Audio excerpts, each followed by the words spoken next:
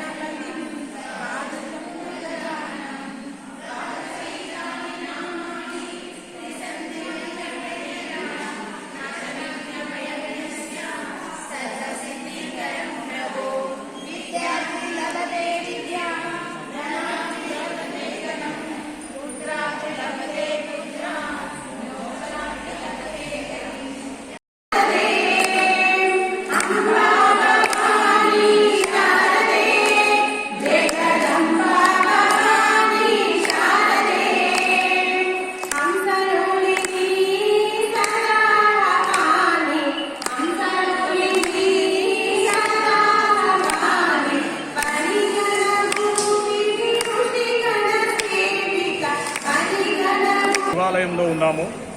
ఈరోజు ఉదయం నుంచి ఎంతో ఘనంగా పూజా కార్యక్రమాలు జరుగుతున్నాయి. ఇక్కడ అసలు ఆ పూజా కార్యక్రమాలు ఏ సందర్భంగా జరుగుతున్నాయి, ఎందుకు జరుగుతున్నాయి అనే విషయాన్ని ఇక్కడ మన యొక్క గురూజీ ఉన్నారు. ఆ గురూజీ మాటల్లో ఇప్పుడు మనం తెలుసుకుందాం. మహిళలకు ఆరాధ్య దైవం అమ్మవారు.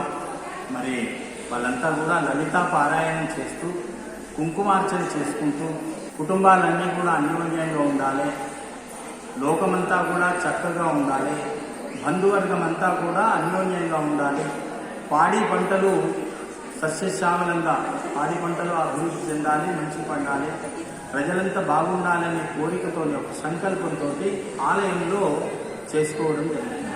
ఇంట్లో చేసుకుంటారు, ఇంట్లో చేసుకునేది వాళ్ళకు సంబంధించింది ఒకరు, కానీ ఇక్కడ ఆలయంలో అందరికీ సంబంధించినటువంటి ఫలితాలను అనుభవిస్తారు. మరి ఇక్కడ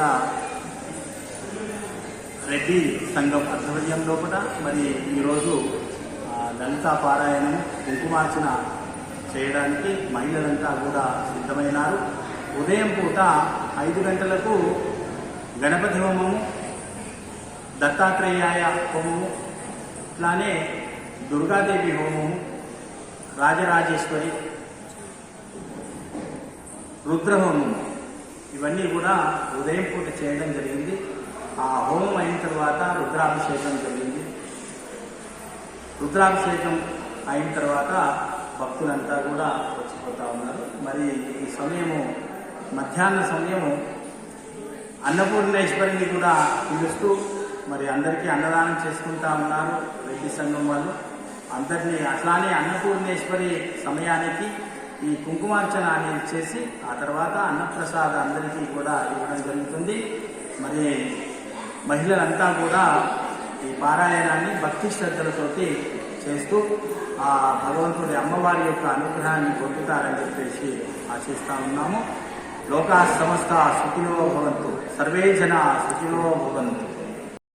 ఉదయం 5 గంటల నుంచి గణపతి హోమంతో మొదలుకొని ఈ యొక్క నర్సాపూర్ శివాలయంలో ఇప్పుడు మన గురూజీ మాటల్లో విన్న విషయం ఏమిటంటే, నర్సాపూర్లో ఉన్న రెడ్డి మహిళలు ఒక సంఘముగా ఏర్పడి ఒక భక్తి భావన అందరిలో తీసుకురావాలనే ఉద్దేశంతో ఈ యొక్క కార్యక్రమానికి శ్రీకారం చుట్టిరనే మాటల్లో మనం ఇప్పుడు గురూజీ గారితో విన్నాము.